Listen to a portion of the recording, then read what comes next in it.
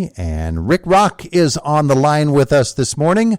Our conversation with Rick brought to you by Marcus & Mack, voted best personal injury law firm in the Best of Indiana County contest. Marcus & Mack, a law firm representing injured people. And Rick is a part of the group that is bringing Simply Queen to the KCAC. In fact, he's more than just a part of it. He is in the Freddie Mercury role. He is the lead singer for this amazing group. And Rick, good morning to you. I'm understanding this show is fantastic. Good morning, Todd. Is what I'm hearing correct, that they say you're not only, you got the look, but you've got the voice too for this?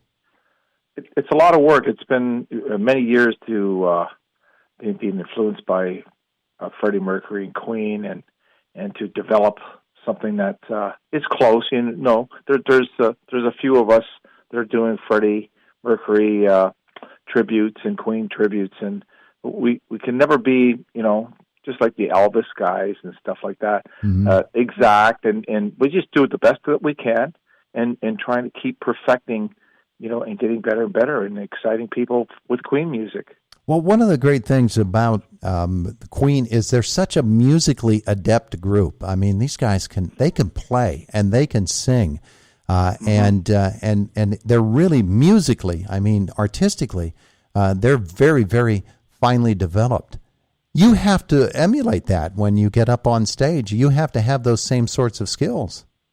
We do, and we each of us have worked on every little part of Queen, and their music, even the simplest songs, have little tricks and different things within the song and musically written to like perfection. It's incredible. But then you have to bring the live aspect of Queen's live shows were spectacular. Oh yeah. And you have to do that way. So Freddy sang differently live, and he played the piano a little bit differently, and different ways of showing the song to people to make it more exciting live. And that's what we're more like the Wembley Stadium, in England type of live show. Yeah, well, when you say it that way, then we get an idea of the look that you go for as well, because Freddie had a lot of different looks down through the years, didn't he? He sure did. Yeah, I do about 3 or 4 costume changes and through the years, and not really the beginning 70s where he didn't have a mustache. I can't put a mustache on and take it off between shows, so I have to grow this mustache and keep it on, and he had different looks, just like everybody else through the years, through the 70s, 80s, 90s. Yeah, there are all kinds of changes that happen there. Now, you're based in Windsor, Ontario, correct? Yeah, Windsor, Ontario, which is right across the border from Detroit, Michigan. We have the Windsor Tunnel and the Ambassador Bridge, that separates us from the Detroit River. Yes. And I'm guessing you've crossed that bridge into the U.S. quite a few times in your life. Oh yeah. For the Queen tribute, yes, but also through our years, Detroit has been. We're more Windsor here in Canada is more United States type of news and radio, and we were built on the rock station of all the great rock stations in Detroit area. Now, when we think about Queen, of course, and I mentioned the musicianship of the guys, are these fellows that you've known for a while? How was it that you assembled the group? Well, we started a group about maybe 13, 14 years ago. It was called The Game, and we were putting it together with local guys here in Windsor. And it didn't go so well. We did a couple of shows, and we went, this is a lot of work. And there wasn't a whole lot of call yet for Queen. But let me tell you, as it went on, and that Queen movie, Bohemian Rhapsody, 2018, it just exploded. And we went from doing one show every couple months to 2 shows a month, and all of a sudden it's now 2-3 shows a week most of the year. Wow, amazing. The show is called Simply Queen. And it's April 14th at the Kowalski Complex. Tickets are on sale now, and you can get them online at kowalskicomplex.com. You can also go to the box office, which opens at 10 o'clock this morning. April the 14th is not all that far away when we stop and think about it. This is March the 3rd today. So putting this act together and getting out on stage, the set list must be incredible. It is.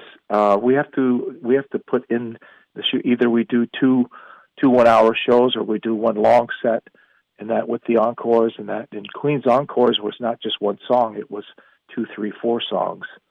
And it's lengthy. It's we cover just about all the hits and a lot of different. And Queen. If you're a Queen fan, like with the deep cuts, you're going to like this show because we put those in. We sneak those in there. Different shows we add some of the early Queen or deep cuts where people go, oh, they played this song. Mm-hmm. We have a drummer, Phil Charette, who sings just like Roger Taylor. So we have that aspect to which a lot of tributes don't have. Someone that can portray Queen's drummer. Roger Taylor wrote a lot of big songs for Queen as well.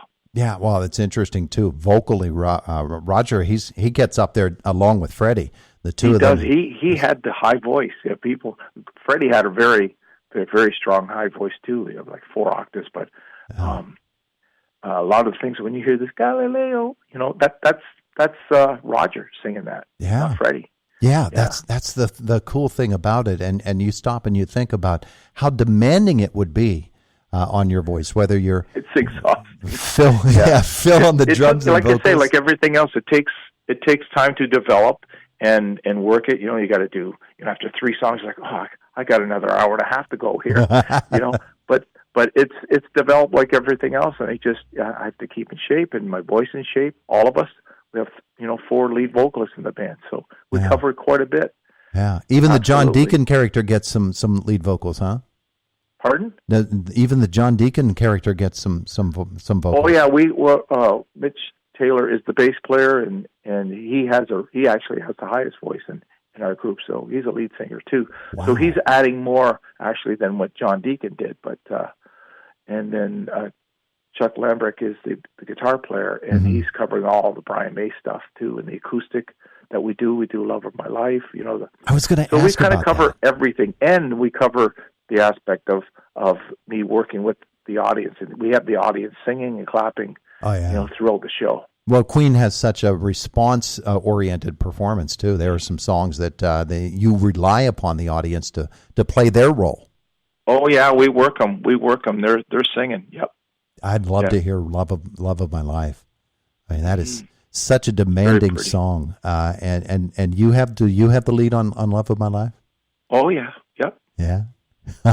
Which of the songs that you sing are the hidden gems that you say to yourself, man, when the show's coming up and you're rolling through this show, you get to a particular song and you say, oh man, this is the one I really want to sing tonight? Oh yeah, there's probably each show something different.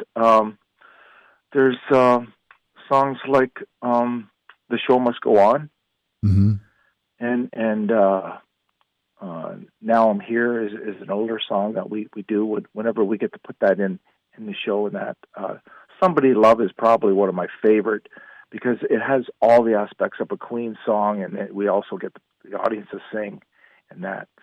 And then it just keeps building as we go. Radio Gaga, with people are singing that, and then the encore is just obviously "We Will Rock You," and we have the Champions where we just get everyone off their seat. Yeah. And Bohemian Rhapsody, of course, that has to be a showstopper. Yes, and that is to learn that song, you have to work each part separately and then put it together like you're building a masterpiece. Yeah. I'll tell you what, when you think of songs that I want to hear, and Simply Queen, again, is April 14th at the KCAC. You can get your tickets at the KowalczyComplex.com website, and you can also go to the box office opening at 10 o'clock this morning.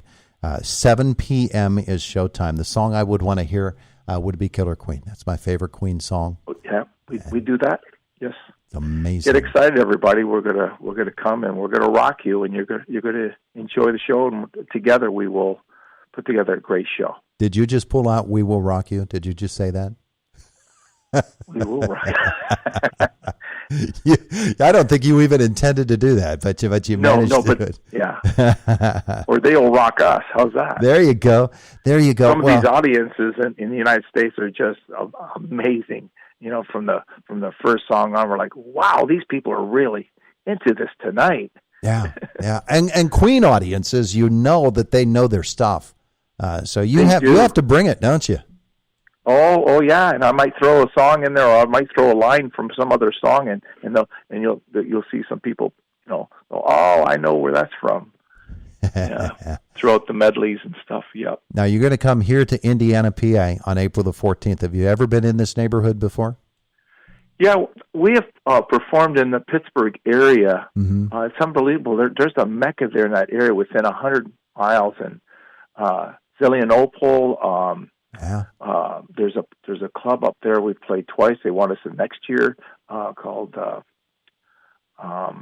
what is it called Jurgles, and there's about 5 or Jurgles, 6 air Jurgles within 100 miles, 200 miles.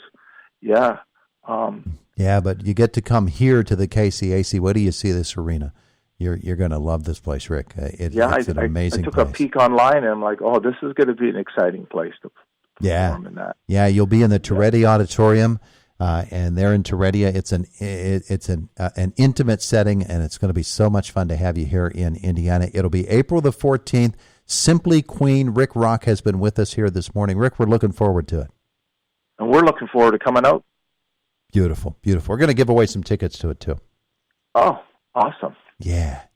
Hey, have a wonderful weekend. We'll look forward to seeing you April 14th. Thanks a lot, Todd. Have a wonderful day. You too. It is the voice of Indiana County. It's WCCS 101.1 FM and AM 1160.